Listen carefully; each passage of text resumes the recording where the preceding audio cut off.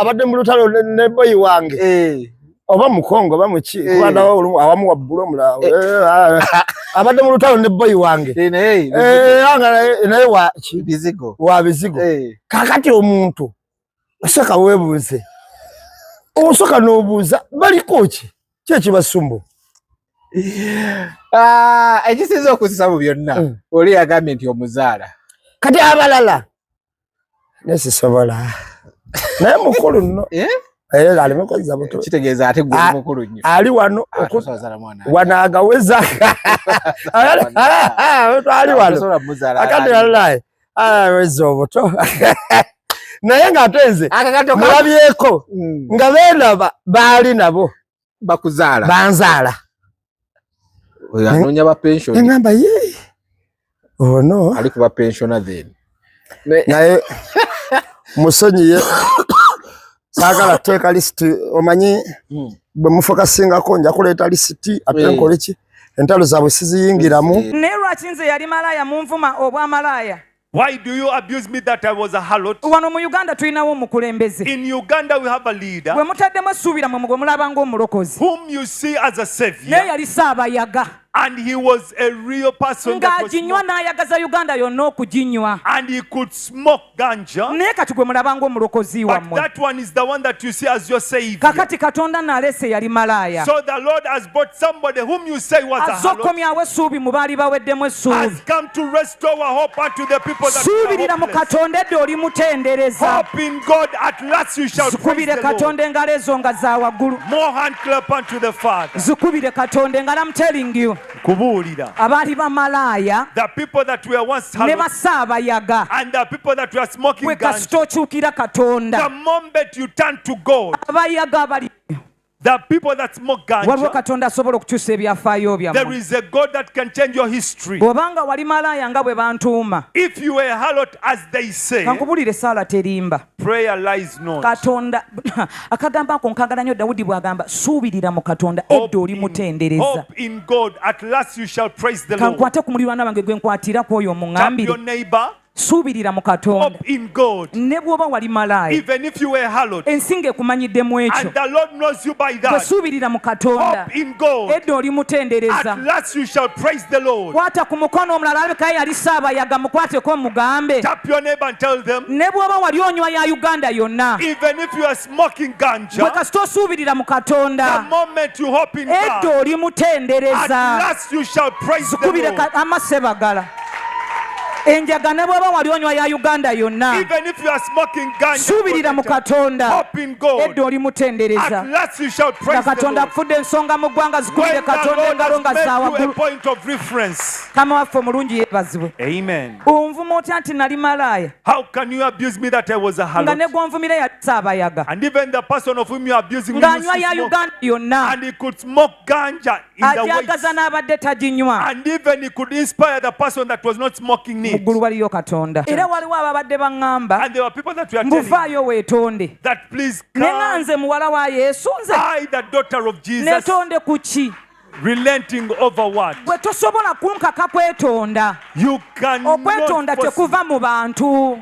Okwetonda kuva gyendi. Repenting comes from myself. Nze nyina okutegeera ensobi gye nakoze. It is me to understand the mistake I made. Nkiwadde obudde wiiki nnamba. I've given it a full week. Ne ngamba bwe lutuuka ku Sunday nga nzudde ensobi yange. If it comes by Sunday and I've discovered myself, I'll come and repent. Ne video nzizemu ne nzeetegereza. And I've watched the videos. Sisobola kwetonda. I cannot repent. Kubanga neetegereza byonna bye nakoze nga temuli nsobi. Because I watched everything and there was no mistake. Lwakuba nti ebigambo byange Katonda abitaddeko amasannyalaze yaŋŋamba dda seewuunya ntadde obugagga bw'ebigambo mu kamwako. I've blessed the wealth of words unto your tongue. Kati ne bw'okyogera nga kitono bwe kikibaluka nga laddu. Even if you speak very small, it blasts. Era mbaddengawo nga mbyogera bulijjo paka obudde bwa Mukama lwe butuuse nakati naga ngenda kulaga kye nakugamba abifudde ng'amasannyalaze. He has made my words as electricity. Kale nno tomwesibako ebyo byokka. Therefore do not hang only ne on bwe to naayogeranga eri obulamu bwo nti endwadde yeewona ejja kuwonanga. Even if I make a statement that you're receiving healing is bwe coming. naakugambanga nti genda bakuwase nga bakuwasa. That go be you married, they shall marry you. Ebigambo ebyo Katonda bwe yabiŋŋamba bimbeeredde essuubi mbitamu. Tangaza kintu kimu.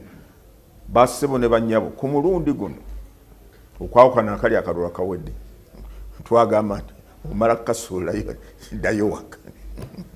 ku mulundi guno sigala waawo beerawo tovaawo ku mulundi guno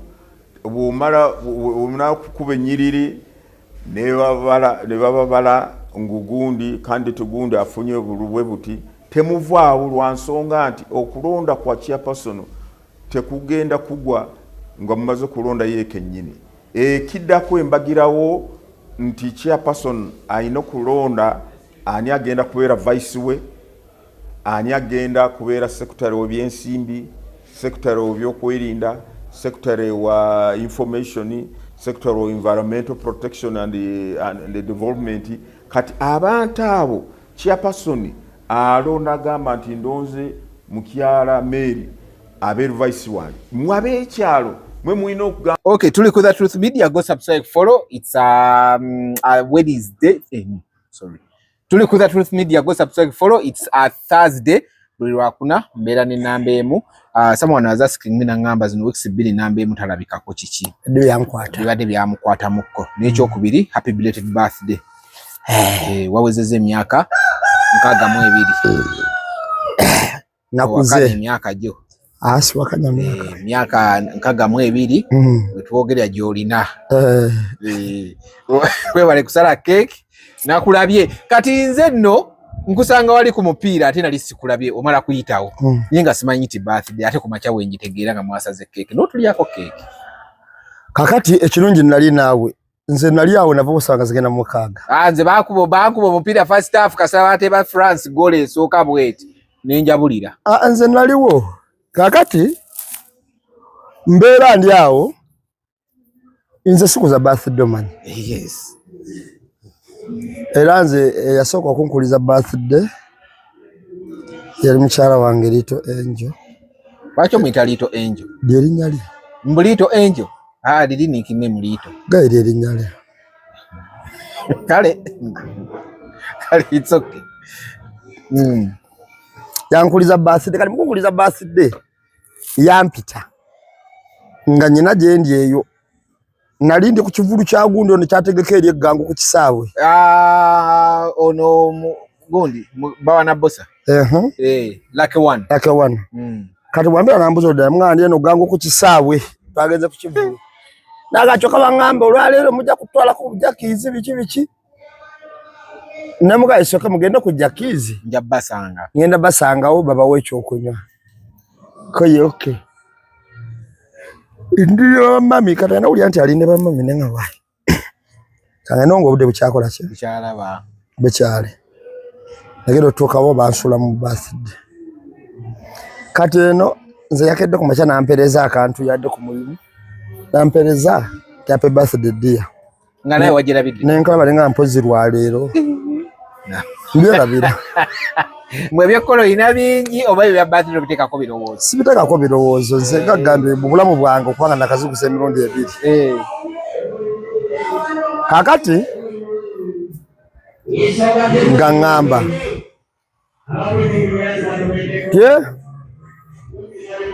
banga bakonze mpozi ya leero nga nange yampereza ngakongerako obugambo ngakola ki bo postinga nakawanikayo kati bachali banga babali gasenga bangamba wa kubona nabye Drake James nga bangamba wa bwe birthday tojogera saba nga ziringa mu 10 ngabugamba ze sibikuza saa ndo zigenda mu mukaaga tano kitundu nga bangamba tugenda ku sparkles tubawagireko mwade ku sparkles yes gamba wasina gajjantebe zendikira imakisi ate ngende yekitende ngamba ulo nakali tugenda okwogera mu jangu twogere mu kali mu kanu twabe ngamba kale kanzije nataka bukwakulizo nga muganga sina mafuta ngoline denisiwo ngoline denisiwo ngajja genda kwebaka Mwana mwoka sina mafuta nga agenda kushera awo bajijuze. Nga buli kyolekawo ekiremesa baki. Wena ulidde okujuzamu amafuta nengamba emotoka egenda kujjula. Ate wendaga emotoka enyawo ngesa tugenda n'okudda obeena. Nakasonga ngenda bajijuze. Ena kuzana mfuta gali nyafuru tanka ya mitwale egenda mwana. Iye yange. Kakati hijeza nga tugenda kutuukawo nasanze wonze byakunywa. Nabo nga batuse nabasanze bapakinga. Tufuluma tuyingira tutula kunywa tunywanywa ko mpola mpola. Wetusanyuka we batulangalangawo ligase family weri Bossman break Bossman agenzo kwa bagandi ate lero birthday ya Bossman Nambemu ataka kati kechi yini era bangulide kechi awo waliwo ne yangulide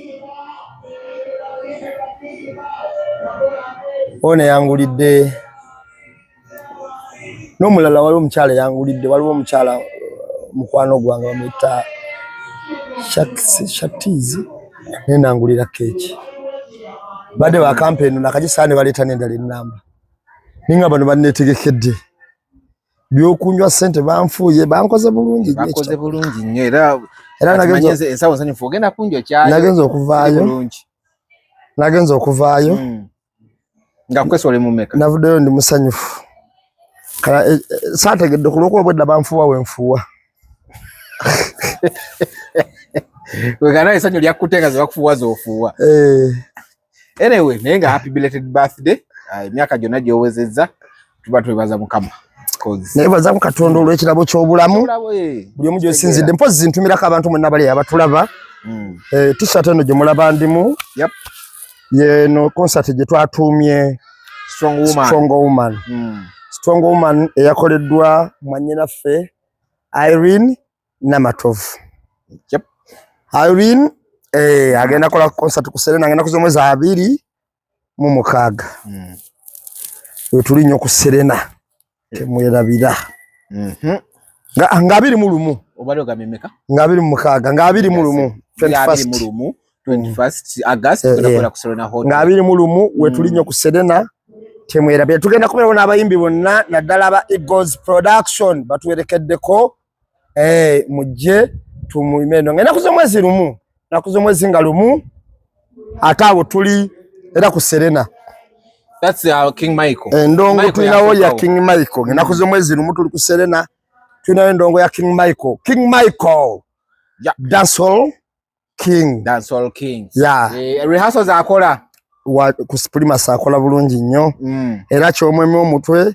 yes Primacy so ekyo bagamba basi ekirala n'ekisembayo ku Monday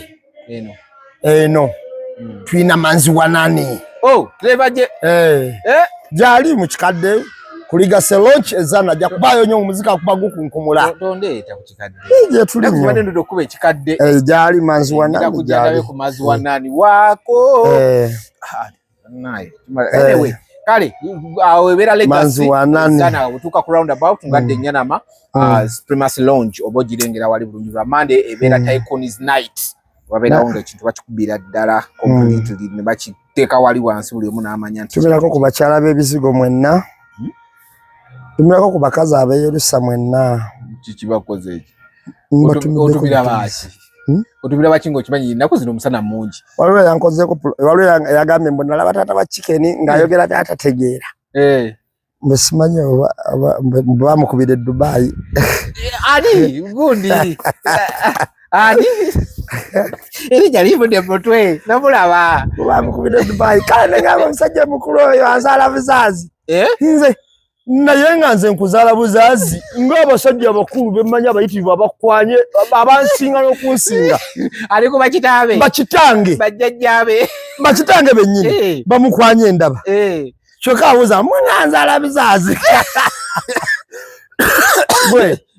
nze ndiko obulabula bulinga muti gw'amasannyalaze eddenja ataali kabiddenja byonna kabiddenja ataali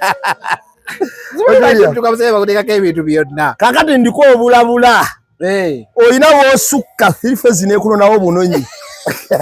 yagabye omuzaala muzaala buzaazi neganaye kyokka we yamukoze waliwo ate oli omukongole w'ebizigo nga yabutambuza ate okubuweereza balala nga kakati beeko baagi nga kakati bana bakyala b'ebizigo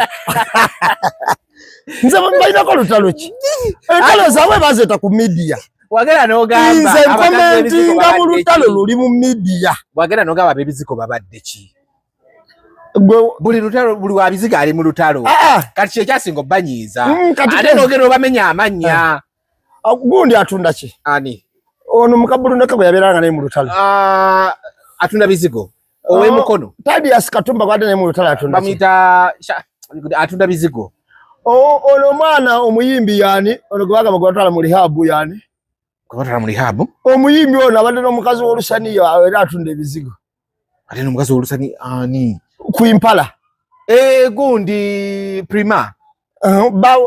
yo wache ne wabizigo ti ane mutalo registered bano simanyi ba Benny Bag yo simanyi ba Shafiki babadde mu lutalo atunda ki nusula wali eri omukongo naye aliko mu lutalo abadde mu lutalo ne boy wange oba mukongo ba muki kubanda awamu wabbulo mulaawo abadde mu lutalo ne boy wange anga naye wa bizigo wa bizigo kakati omuntu osaka webuze osoka n'obuuza baliko ki kyekibasumbu ekisiza okusisa mu byonna oli yagambye nti omuzaala kati abalala nesisobola naye mukulu nno ali mukoza buto kitegeeza ate gwe mukulu nnyo ali wano wanagaweza ali wano akati alalaye aweza obuto naye ng'atenze mulabyeko nga beena baali nabo bakuzaala banzaala oyanoonya ba pension engamba ye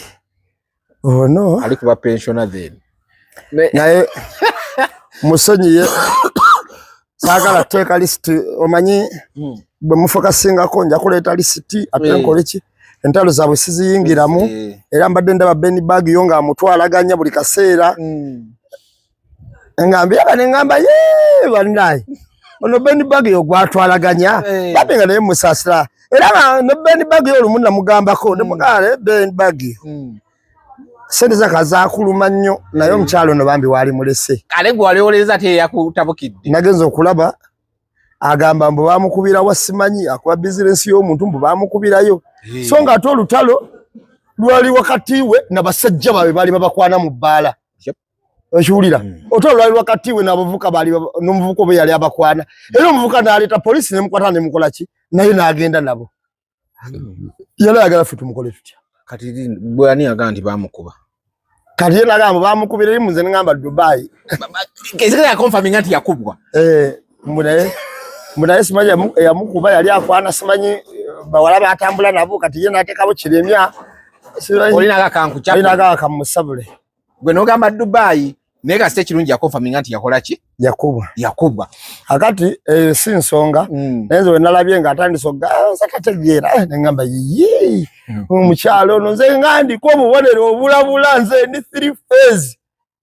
mpuuma walako amasenza agerejeka kuba mukalooli kakibale watukanga bomu neesaasaana yeggwe saagala mwe saagala bateekako birowoozo mu bizinesi bwammwe njabbu basabulira oliko akapande gosiro oswana n'okunuma nenkusiriikirira ng'ogwa bugwi nenkibala nti ono wensirika waagwa nonnumba nenkusiriikirira naye bwetandika okwereeta naawe nja kukuleetera kati awo nyinjala tutandikire wano gundi ono omukazi we nateete buzibu ki ani yenna ono pasita wabizigo era si wabizigo ye mbo yalina mirimu mirala bibamu ono yagaye malaaya pasita bapesa ina buzibu ki yagambye kale muŋŋamba mbu simanyi biki nali malaaya ng'omwe yali anywa enjaga pasita wadde omumanyi nga tanayogera ku Bobi Wine nedda nali simumanyi Bobi Wine ye wadde omumanyi nade mumanyi kitegeeza kakati ono nkwa ku nte eno nkwa erumye ku nte ate yagala eraga embu yegulumidde osinga ente nende tegiwulira so nga nende temanyi na kumanya nti oba enkwa kweri ente nabulabe nyonyi nyange kugigwako kugijjako kakwa kakati ono omusumba simanyi musumba simanyi muki ekibakozesa bino teri kirala bano bakola nkola yemu na olabanga basipapa n'abalala abalinga abo ba Brian White. Ekyenjawulo bali kye bayina nti baali batongoza nti bo bafere ate bano bekweka obufere bwabwe bano ate ba super afere bano abasumba babalokole bantu abasinga okubba abantu mu Uganda bafere benyini ab'omu church bafere ya mu Katonda. Kato yayina Katonda kyoyo ate sana kwetowaza mu bantu ate sana nalaba kituufu omuntu agamba nga nali malaya kalakita yo wa malaya becha mulimu nakati eri mulimu era olaba ne appearance ne reply jakola eri abantu gola mu Katonda omwo muze setonda mwana wa Yesu kyawandika bantu wa Yesu teyetonda nabuuza Yesu andagenso bije nkoze stupid overest order yamubuuza yamusangawo namumanya Yesu n'amalayita wano n'ebigero gyalaba abasumba bafubutuka okwekweka ng'abuuza gwe nagambirawa nti solooza nagambirawo nzimbira enju yogamba obulabe badduka nze ngenda kubuulirako bwana gundi bwana Dayasi mu bulamu fe mu bulamu omuntu ky'olina okubeera nakyo mu bulamu bwo bwonna olina okusigalamu n'akako obuntu naye tosaagiranga mu nnaku y'abantu abalala. Bobi Wine gwayogerako ye kirungi amanyi Bobi Wine naye Bobi Wine tamumanyi. Nalwomushana yamulabudde oyo musumba naga mubuulire nyini muve mu kumanyira abantu. Bobi Wine tamumanyi tamuwuliranga nako. Of course nze wakiri nali ekyogeddeko kubanga era kiraba n'agamba oyo nambeemu amanyi nali mukuteko mu ngalo nali nyumizaako naye nali mukubiddeko akola ki amanyi era newansanga mu bantu entuumu andikoganizigana n'abe busooko gye ekiwulira naye kati ye Bobi Wine tamumanyi tamulabanga nako kakati ye okufokasinga sijjukira na Bobi Wine yayogera ku kigambo kikwatagana na kyakize era ne tuba twogera abakadde b'ekkanisa ab'enjawulo tetumuwogerako kuba badde tamanyikiddwa naye we nalabye ng'aleeta akamanyiro kaasuseemu ate n'akagattamu n'obukalukalu bw'abamalaaya ngera ye bwe yagambye nti yali malaaya nze nawulidde bigambo bye nti yali malaaya yagambye nze kale nali malaaya naye wamu yali anyweja ekyayakanye yali malaaya naye malaaya kizibu okusanga malaaya atateeka kollo gwe abasajja entuumu abo be bakika nabo nga tutadde kollo era naye enjaga yateekangako kate yali akola bingi yali malaaya omunywi w'enjaga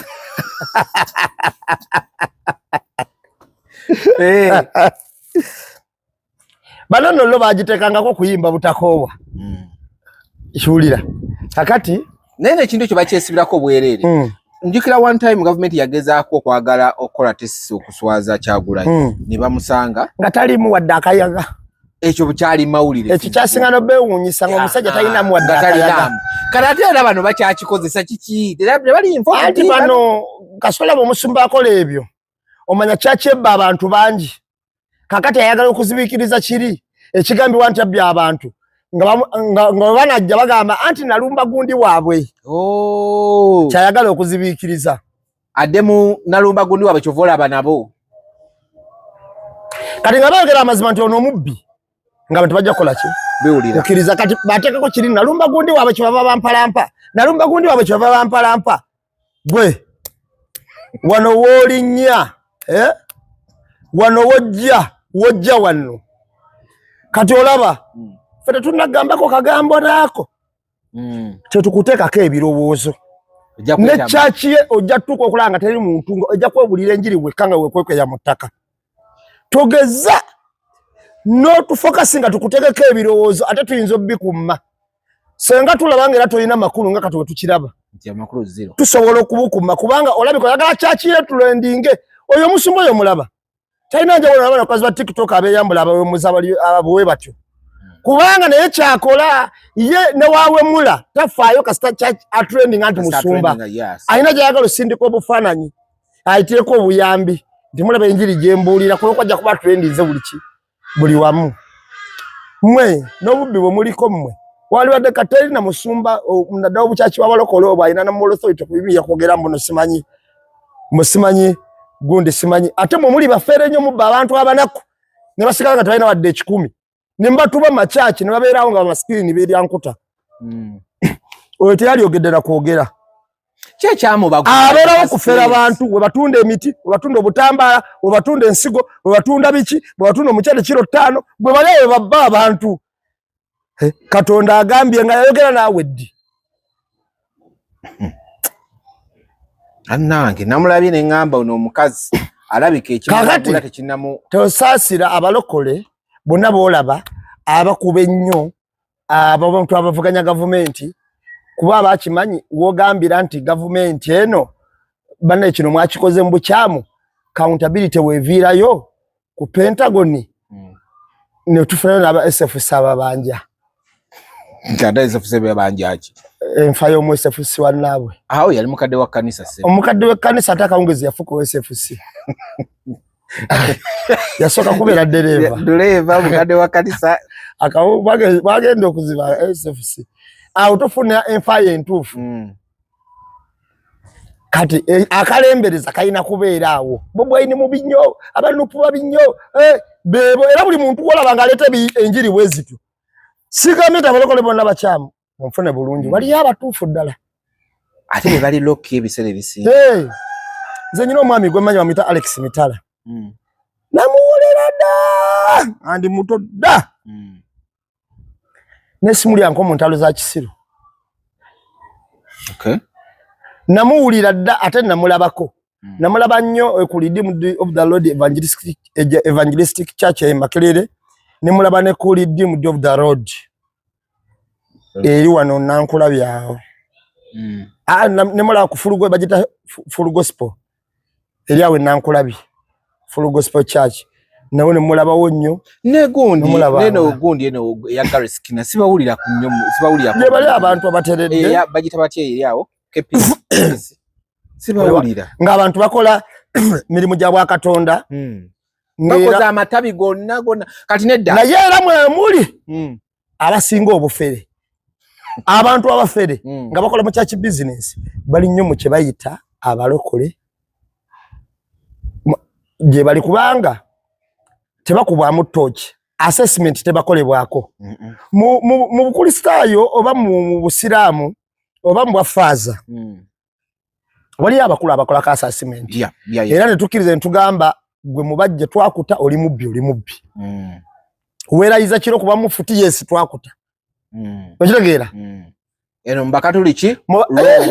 nekola assessment ejokolebwako ne mu kristaayo bwato kakati omuntu akole chachi yenga nawamula ne wakwekwe ya mutaka ne bwavuma ne bwakola ate twali amukola ka assessment era ojimukola ko ngagamba temumanyiranga namwe muli balaku mwana muli babbi wawulya wano nga Serwadda yakulira abalokole nga yagala kola ku bujinga assessment ebigambo ebyali awo kakati abantu batebali abakola ku assessment nga kibasande kibakola mu musingo obufere kubanga ekyacho gikolanga gwe ogibeeramu nga gwe osolozanga gwe sente zigenda gwe yegwe Katonda yegwe gwatuma ekiwewayo kijjawo kimwe kye 10 wo buli kimu zimbira Katonda wazimbira Katonda nga tebyo muzimbira bibyo Katonda lero tyalidde kyali namulete sente golaba omuntu akuliko Pastoroni Ministries era otekayo sente Kakande Ministries ngera gwe otekayo sente don't you see autofeo tukyali mu buntu byabalokole twasoma okulaba abeera naye yali afuse musumba twasoma okulaba omutume wa Mukama Judith Babirye nga afukamidde mu sino yeetonda ojjukira nga yeetondera Abannayuganda nga yeetondera Naalongo gwe yalaggyeko omusajja by then Naalongo bwe yaladdiganye ne Ssaalongo nga bakoze n'emikolo egibagatta bazzeeyo mu kyalo ewaka n'abeetondera oba n'ebyomwana tebyali bituufu siwa Ssaalongo omwana gyali kuba yava wano ng'agamba agenze kukola kuzaala why ekyo kati twazzeemu okumulaba ngoma ng'amaze bw'atyo okuyimba ngoma olw'amaze okuyimba ne ga Pastor Bugembe yabadde n'abamawulire nga boogera ku milioni 3 byayagala ebya okuzimba church nateekako n'abagamba banayogerako n'abamawulire babano babuuza nagaba nange January 2027 ekivulu kiteeka ku Serena obakololo tukyasalawo tukomawo tujja Bannayuganda abakomezaawo kivulu nengamba yes mukazi kakomewo kubera gyali si waabwe wano we waabwe yali MP jibe emyaka 5 yatufugako emeka gumu 2 yafugako 3 2 doze 2 kitundu kakati Judith Babirye ayinza okuba yepimyemu n'alaba Ngoma nga juze ekisaawe yajjukira nti yali asinga Ngoma enyimba ezikaabya eziri touching najjukira nti yali asinga Ngoma enyimba ezikaabya oluyimba lwaleeta Judith Babirye mu domain wano bulimu okumumanya si Yesu beera nange buli ringtone y'abantu abakulu ngeri mu Yesu beera nange buli kyendabye museno lwakubanga ndi naawe gasikulina mukama mbuyana kati bw'ova kwolo genda kulimba osaanidde kitiibwa kyo n'ettendo buli gwanga likusinza buli vivi kati genda kulimba lwa maama ate bw'otunulira ne maama genda kulimba lwa taata wa superhero ne taata olugendo kiruno olugendo luwanvu munseno lwenino tambula wegayirira mukama tambula kakati bw'otunulira nti ayina ennyimba of course ngenda kubuulira gano ge mazima mu bayimbi ba gospel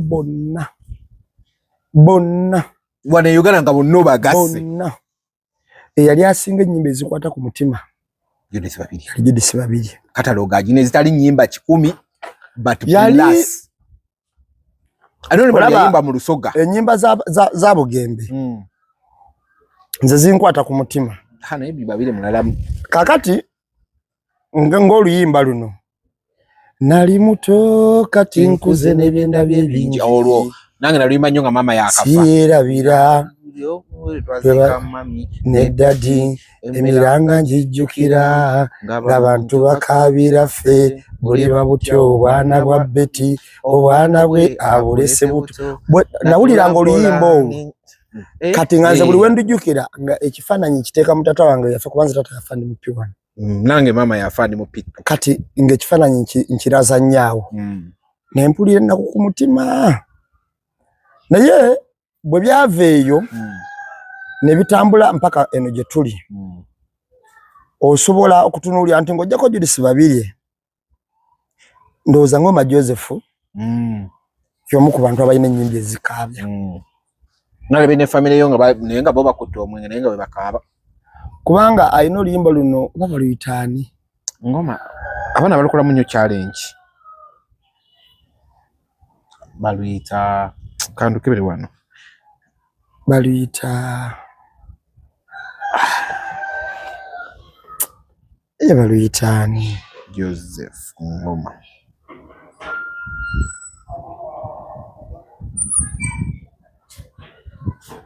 yegwe munange kuyita munange kyobola nga no lwayimbiramu maama we baluyita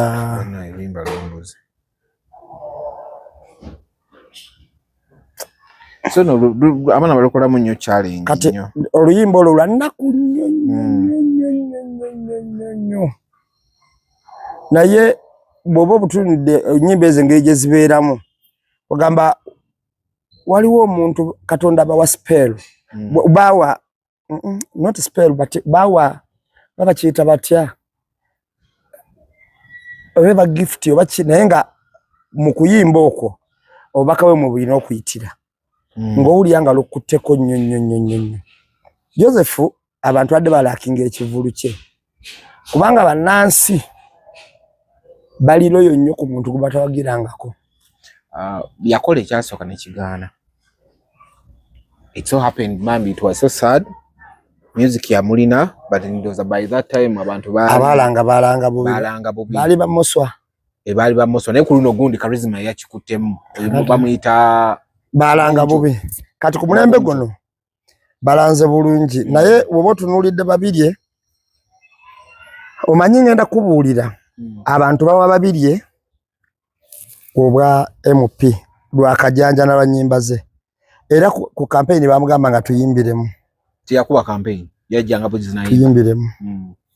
naye abantu kati bayinza okwebooza tugenda mu kivulu kye naye nga buli waayimuka akola bibi buli waayimuka akola bibi nti bwe yayimuka babiri yakola ebintu nga bisatu ebyenjawulo byonna bwe yayimuka yayawukana ne bbaawe nga mazo gaggawala niwo bwe yayimuka abantu bamulonda bwe yayimuka yababa w'omukyala kyokka ate omuntu yali badde okwobuzibwako omulokole nti ebe nawe ali byetegereza ne mukwagala ate ne tugezaako omugambako n'alaga nti yetagambwako kakana ali America oba Canada ali Canada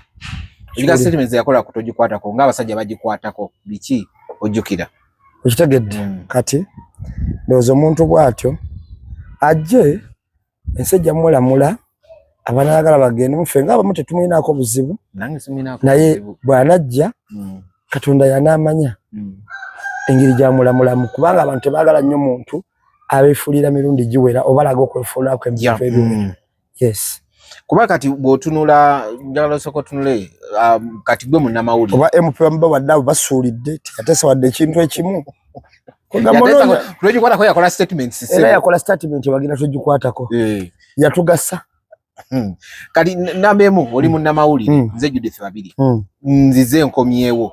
ebibu kuba nze ntunulamu kati ekifaananyi kye abannamawulire kuba jjukira ennaku zino buli muntu ayagala ku trendinga togenda genda ku TV bakubuuza ebibuuzo buli muntu ali igo okumufunako jjukira tebamufunangako tebagenda kutunuulira concert gyagenda kukola ebibuuzo bigenda kubeera ku personal life ye etali ssaawa zino wetwogerera nti eriki etali nnungi mu bantu zendoza yalikomyewo n'asooka n'afuna engeri gyapikamu kyapika without excitement without okulowooza nti ngenda kukola ekivulu then wamala okubokola mu bantu nga n'abantu bagambye nti ono osinza okuba yakyuka then ayo kateeka ekivulu kiba kikulu nnyo akomewo nezi charity ekyo ate mu bantu fe essaawa zino olaba nawaba oli mu byotya tokyalina ngeri gy'osalira musango Desire Luzinda tukitwala nti kiri yakikola mu tayimu ye y'obuwala n'ebigurupu ebyali bimuvuga naye kati olaba buli kyakola kati otuna nogamba otuufu Desire kituufu ekyo katusuubire naye ndowooza Bugembe yali mu gundi ezo kuba they are very close good friends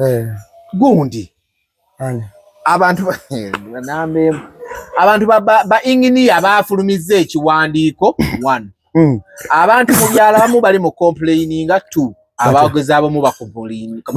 wabula abalala bagamba kati tuweesiime twafunye abantu abakola local government yefuuse local government mu kyalo Uganda tumalako nabo bagamba bulijjo balonda abaminisita ne batakola balamu ekintu kyakola ffenna tusobola okugatta engalo tukibeerako ne mu mugalo bainginiya baatabuse abaloko gavumenti naye ate kyemwerabidde teri inginiya alondebwawo okulonda kiki inginiya bava eri ne batambulira ddala kuvaira mu ministry yes ministry zezironda bainginiya ogera ku district kuvira ministry kujja ku district kola ki era na wabalondeddwa ku district abeera yalondebwa mu ministry otegeera bulungi kati ekintu kino kigazi kubanga ingini yoli twamuvunaanye milioni 7.5 ezazimba toye talina na kinya ingini yanagamba zaatuuka 7 ku 7 kiraka ne bazimbisaako 3 ennya ne bazibba zali meka 7.5 za kuzimba toyi ingini yanagamba zaatuuka 7 ku musanvu kira kale bazimbisaako 3 enyane bazibba nesa tutezaawo kato igenda ku district ngana watuuka 2 ne babbako 13 kati okutambula bakutokalache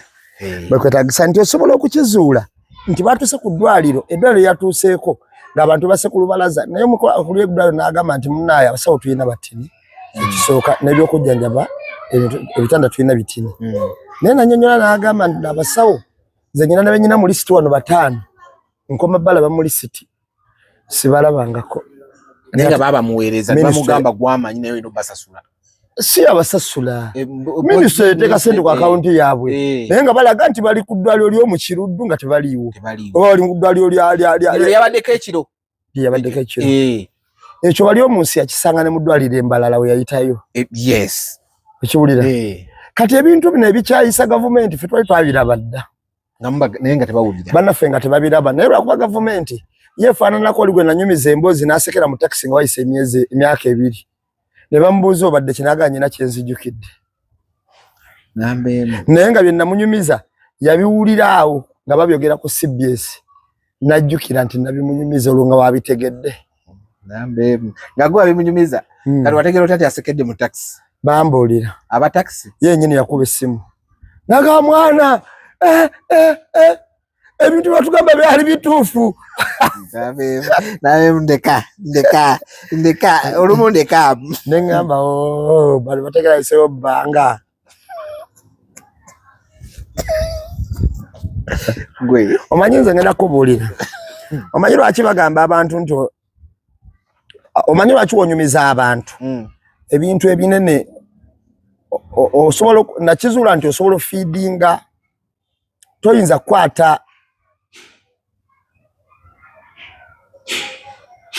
omutwe ogugendako oba 1 GB n'ogufeedinga information ya terabyte obogera sortinga gusootinga ekitegeera ate era toyinza ne kiro whatever kilobyte toyinza gifeedinga ya GB tosobola eya gigabyte tosobola kakati ebintu bigenda bisiŋŋana omuntu aliwo ekintu ky'omugamba ngu nekisuka okutegeera kwe entegeera na buli kimu kyasigala agamba musajja oyo alimba bombuuza alimba ki yakulimba kikaga simanyi bulungi naye alimba kubanga ne biri byamusootinza amunyumiza ebintu ebinene segudi processing unit nekola self destruction kakati olaba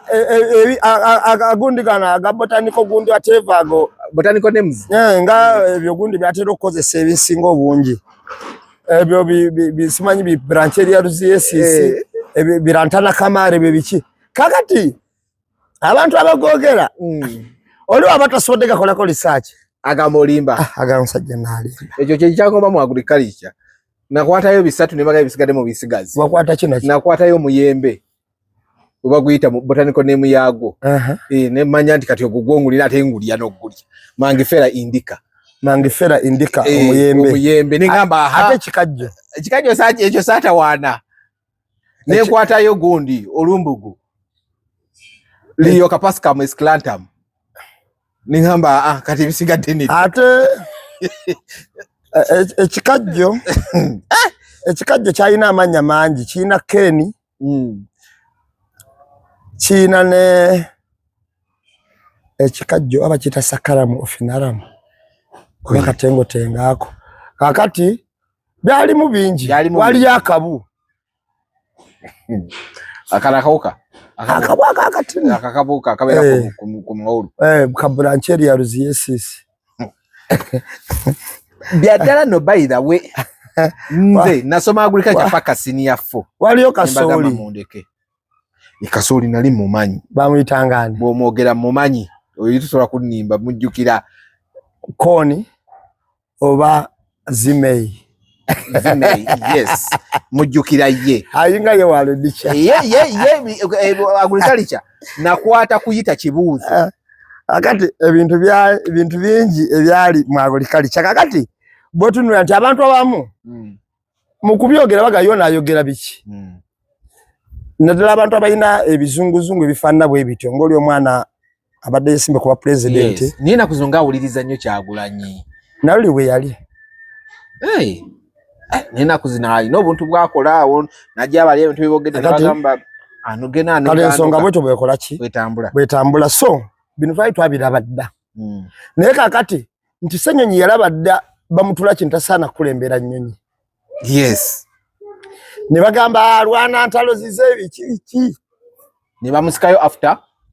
2 years 3 ne bayita emyaka 3 ne bamujjayo nenga fe ate bamukoomedde ebigambo biti bamutaddeko ebintu biti twakiraba dda nti ssente zidolirwa abazibba kubanga ssente zakagenda ku Lubowa eddwaliro zizimba mapeera 10 paka kazimbe koolabawo mapeera nga ziwedde 10 essente zakagenda ku ddwaliro ebyo kubanga mapeera yazimbibwa obuwumbi 10 mwago wali bakateekawo trillion emu n'obuwumbi 3 mwana kitegeeza mapeera 10 ziri awo zitudde paka kazimbe koolabawo katwakira badda nti ffe bazikola ki n'ebiseera ebisinga obungi omwana yajja n'abulya president nti abeeka kasawo simanyi mukono basula wansi ku sementi nabanyalaga bamukwate omwana wa Galaxy kakati ebyo ebintu byowulira so ebintu twabiraba dda ffe ebyo yes but every year Gundi report where IGG they put out Gundi numbers of ghost workers mu every ministry bo bano baditi bakiraba bo bakatandiko kiraba anti twali bagamba Dave naye kinagenda okutambula kigenda ku big fish kati bali ku mukene ye kambuze bala mu bateka camping abatwala kubasiba babasibira watadde mu court ki babasiba direct bala muna atuzanyiddeko ebbanga yakwata bana bana bebisiyaga yasimbani mu court tewali baba tabati tetumanyi we just saw the guy ngatanise okukola interviews kati alina okutulaga bakwata bateekawa wabula alimetuzanyira ku bongo bayina kusoka batwala mu court basini yes ngawe bakoze bano bani basimbibwa mu court omuntu atasimbidwa mu court abavuna na musango ki mpozi nga bala mwina personal issues zena those guys yeah if not abateke mu court fe tumuwagira kuba kyakula kituufu na yatambulye ku chain eyo wano zatuka 7 waliza ali 2 ku district endala zakomawa ajamaliza nga ali ku shaka beti kameko yali atuse president namugava ku bantu bange we yabeli ya IGG yeah ngabagabe bona ba declaring nebyo nagamba ebyo kolo inabireke kati nyanti olaba ojukira enkola ya Musisi Jennifer we yatuuka nga atuusa abantu bwe bazibbira bamuswaza muguni nti ya misiza President Museveni akalulu mu Kampala ogwo nagusala beti kamya biyo ne bamukyusa yes kati katulinde bano gye banakoma cause era katubalinde gye banakoma okulonda kugenda kubeerawo nga mmeka okwaba LC1 simanyi sikugoberera nze mbulamu bange mpagira ba LC chairman babiri bokka omba muyita Kasimu omulala muyita Kyeswa Kasimu wawano ku Kiyembe zone ye Kasimu ati David Kyeswa wa Kiruddu David Komwaje wa Kirundu zone David Komwajano mu Kiyembe zone ata najja yewandisa wa ku TikTok yangambe yewandisa wa registration ya chairman ya Gwanda chokaze ndi mukono ya kalulu nambe mtomarabo manyi nga ndonya kalulu registration ya chairman ya Gwanda n'ebipande ebweru bagenda kutuleta sente tukobe ebipande biyitirivu kale kasi mutugenda mujjayo sebo kati ngenda kubuulira kasi mwoyo mulaba okumujja kuba chairman wa Kiyembe zone Kasimu mbazi ngafudde niye ngamba awagenda kusenguka kati agenda lekerawo baana agenda mu kyalo bamuzimbire nyumba agenda otandika okubeera agenda vaawo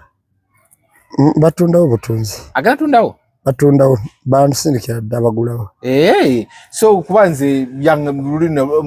twali ku bintu bya Deviko yangamba Kasimu kati agenda mu kyalo kuwumulako kyakubyako zabikoze neyo si ensonga owakakiiko k'ebyokulonda bw'amala okuva ewa Semogerere mu kyaki nga amutwalidde amutuleka kugudde wamulaba mu kyaki nga bamubuuza ebintu bye wakola biki byonna byonna wabiteekawa gundi gye twakola ki muwanika abantu be batalonze n'atunula matama ntengo bwe yadda mufo ky'obbidiramu mu kyaki gye baabimugambira yajja ku TV n'agamba si mwe mundagira kale wakuba wano yakikyusa munagamba abana ba social media munneesonyiwe si mwe mundagira ngamba wali nakyogerera mu kyaki ng'omusajja akubuuza ekyokubiri n'agamba banaye luli twabagamba ng'omala okulonda ddeeka bambi mbegeeriro temuvaawo abawadde olukusa kuma akaluluku luli batusindike waka nga babbiraani simanyi batusindike waka nga babbiraani kwabagamba oli yayita mukati anti luli batusindike waka nga babbiraani aleka batusindike waka amateeka gokuba akalu kakyuka lwaki atukaka tukakuume ate kubaka mugongo kubanga ebyamakulu byonna byaggwawo ofisi echairman mulimu ssente mmeka stamp yeyebbe eteekerateekera ki terina abatuteekateekera abatukolera amateeka mwasalawo bababba obululu abantu balonda si be bafuga kati otutuuse kuba talina mugaso ogamukakuume ebyo byenjogerako stupidity over st order abantu bano baludde ebbanga nga batuwuddisa batufula batategeera we as Ugandans tujja kubeerawo tujja kubaawo namulabe nga aseka amagenye nga naye yennyini aswala obyogera ng'omuntu omukulu kati kyewunyisa nnyo nga jjaaji eyasoma n'amateeka eyabeerako n'omulamuzi ng'ate yayogera ebyo kati n'obuuza yasala misango ki yabaani abagifunamu kuba complain zensinga okuwulira ku misango egyo engeri gye yagisalamu gyakwemulugunya gyonna so kyonna kyagamba mbu batukakuma batukole ki fe akalulu twakavaako dda kati essuubi lyagenze walala nnyo twakizudde akalulu twasembye okakuba mulundi guno akalulu tekakyalina kikaliza kyusa ku Uganda akalulu tekakola makulu abantu mu kwekyawe basobola okukola amakulu kubanga ne ba MP babe balonda nomaliza nga bakisaba mukaba bewana bwewanyi oyo gundi twamubba kyere kiro ekyo babakomako noje ne mu bantu ne weewaana kati akyatulya yaki kubanga oli baga nti foto abutikinga twatikinga nga bwe twagala kati abo byabaka matubulira ki byabaka maye mukadde atajibwa akadisi yonna omusajja yagambye n'ekyokubiri mulekerawo muduumira ebyokukola tabyagala ye ngani ye nga byabakama akuli alizaininga avewo ate mwe mwamuwa omulimu public office naye era si mwe mwamuwa omulimu ogufunawa yagufuna mu kika kye nedda gavumenti yamuwa eyamuwa omulimu alonde kale ngamba akulira balo kakiiko kabyakulonda muntu omu yalonde yamuwa omulimu kyogamba nze siina lukusa lwogera kalulu kange kenasuula yabikwanye ebyo anti siina lukusa lwogera kalulu kange kenasuula katabala keyadibaga abo nabo bwe twewunzizaako yani gwalagira ekirali kyeyagambye mumulagira ngaani ng'omukozi waffe nambeemu kyasanga mu kyaki tumulagira ng'omukozi waffe atuuka mu kyaki yagenza okufuna emirembe teyafunayo mirembe tumulagira ng'omukozi waffe tulina gwe tunaawuza atudde eri mirembe gye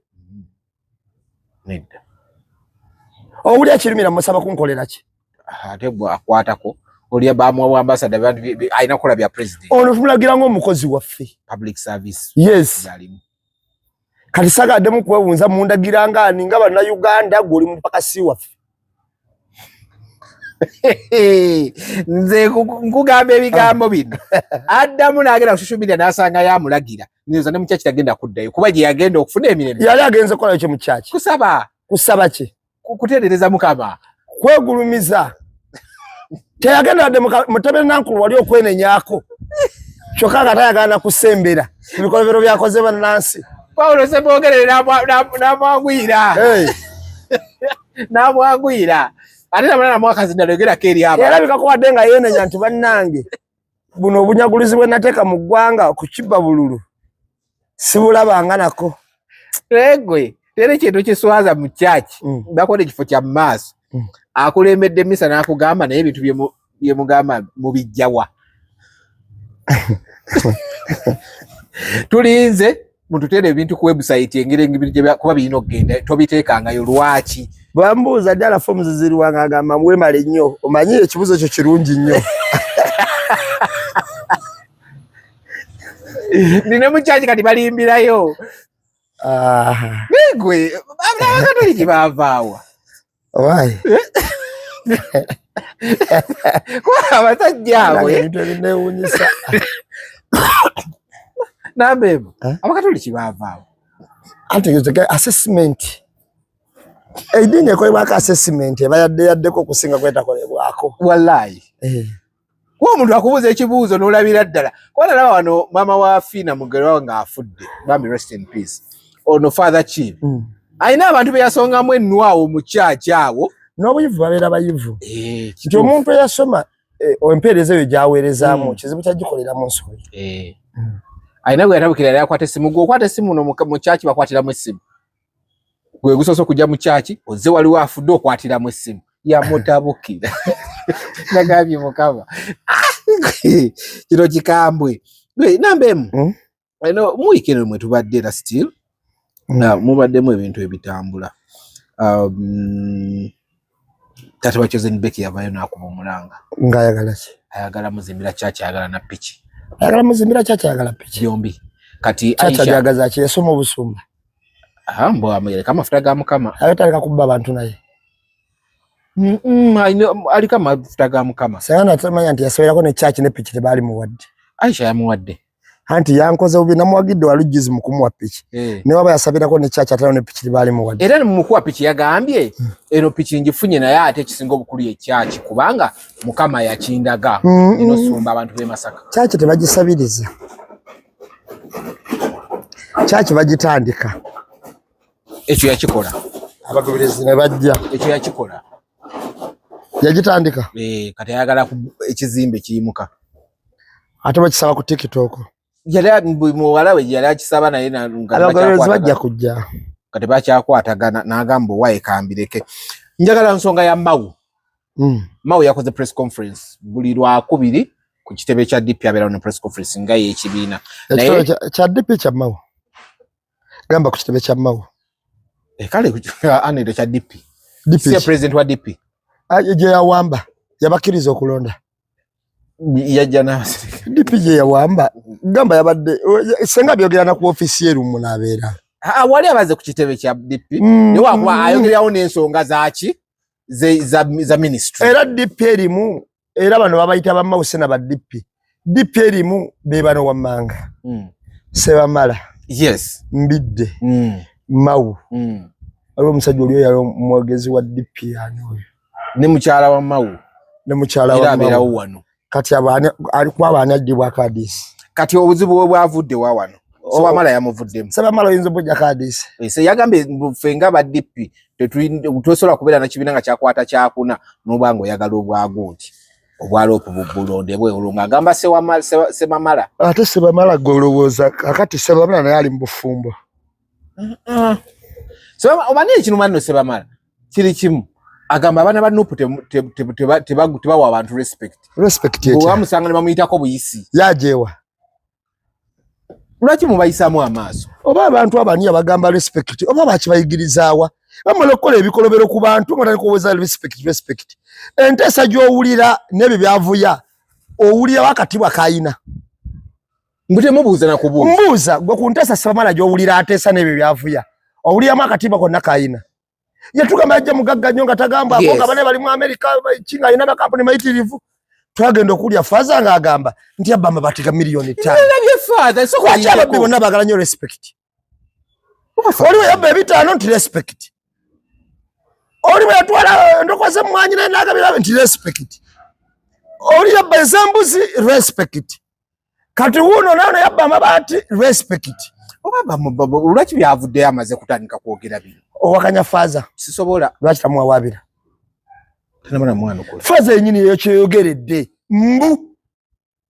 yatwala amabati ga milioni 5 n'abagamba agenda bongereza ku 5 bazimuwe amabati gabula ne sente yazizza faza sinze faza ekisoka byebyo sebamala byatayagalira ddala lwaki wali abantu abewana munze nali bulungi nnyo bamalizanga balina ebintu abantu batutte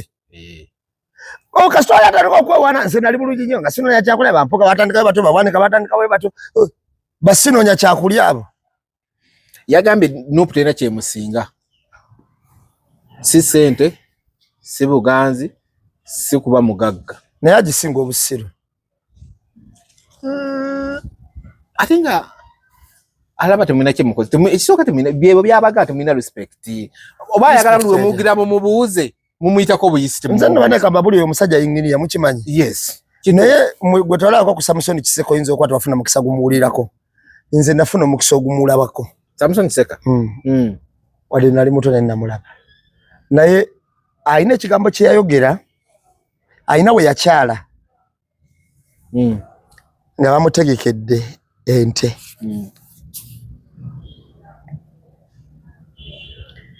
naye nga kwali kusonda kuzimba baddwaliro bakanisa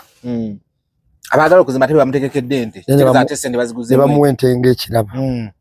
n'abasekerera naye alina ekigambo kyayogera sinza kyerabira eyali akulidde okusonda okwo na biki yali profesa n'agamba abaasoma bangi naye abategeera batono awo yavuma muli mu kusonda kwekulaakulanya mwongera ku nze sikyalina kyenjagala mumpadde ente mumpa yaki ate nga muli mu kusonda kati abaasoma bangi abategeera batono kituukirira ddala ku bayingini abo basebamala enjogera eyo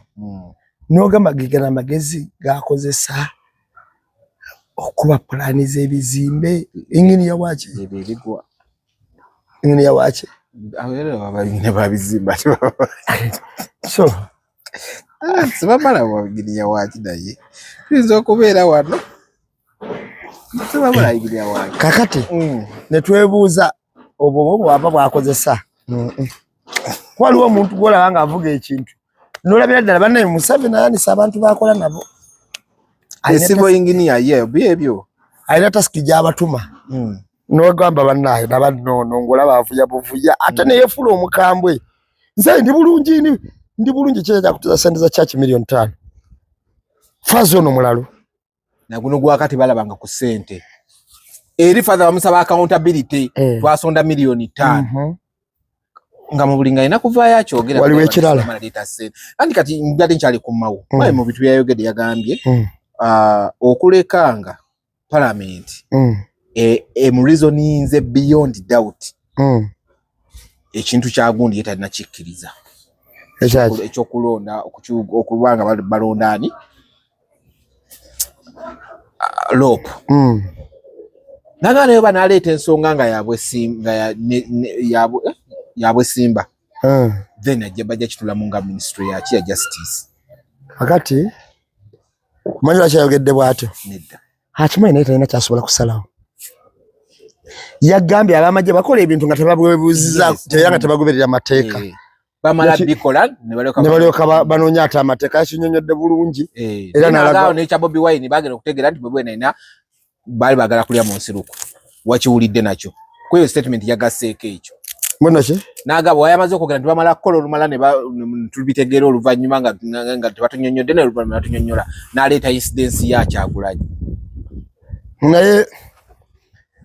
oluusi nga kyebakoze mu kituufu naye wakuba nti baba tebababuulidde mu kusoma tewali kyebakola kituufu naye nze mawu ye muntu kwe sikyajjako adiisi nze naabuli ayogera kati yalinga yagwa eddalu byakiralu byonna kyalinamu byengatta yakulira akakiiko yakulira ki kaabe ng'akulira ki nze omala okugjamu omuntu obwesigwe mba sikyalina kimu kyemujjamu kyogamba nze nyizo osanga Abedi Bwanika ng'akulira olukuŋŋaana ne ntula mpulirize Kasibante Moses mpuliriza Kasibante mulaba anyumya byali mu parliament kati sina kyansobola kuwulira kwabo linda kwa Abedi yalagawa Abedi yamala otuusa omulimu gwe yali ayagala kusula bampoga bakasibante bamala kati alinze mulala abutukayo awo amubaka akalulu akajja jamu bakira wakati kati yao makati ate nekyo kubiri kati beralikira sente ze babba kyova abakyasirise bali mbwera likirivu mpozi tomanye naye alina akakiko keyeremezaako yes bali mbwera likirivu sawa yona babaka kyova olaba ebigambo byabwe biyinza okuba okuwoza mu kooti kati basirise beekwese nikifaananyi kinalabye ngo omuteeketeeke akutte ebitangaaza alaba baba bamunoonya bajja munoonya anyway kale wetyo tubadde olwokuna lwa weekend tukwatagane mu mbozi mukati that's Saturday ne Sunday then niwe week ejja ne namba emu lujja kuba lunaku lwakuna mbadde balabe balungi mweraba once again happy belated birthday tugenda vana ogenonjo kyeyo sente wafuna nyingi ngera kutumirako Mariam Canada ayina bagiyita smart access twalabye mmere bintu bya bameta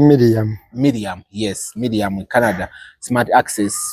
mmere matooke gwe buli kyomanyi ekiri indigenous nga kiva mu Uganda East Africa emmere yonna abeera nayo awo Canada ku sports ezenjawulo aina sports nyingi nnyo ezenjawulo so mugere mubere nga mumuwagira oyagala okulya kamereko akekinansi ogamba okanoonyeza tokalaba genda ku TikTok ojja kugisanga ko bagita smart access mu contacting kintu mubere nga olya kamereko bere oleme kulinda lolide Uganda ate nga waliwo asobola bituusa amatoka agali fresh bijanjalo kawo French beans bintu bingi nnyo buga nakati muwogo juni gonja balugu gwe everything as long as it's indigenous abituusa awo mubadde balabe balungi mweraba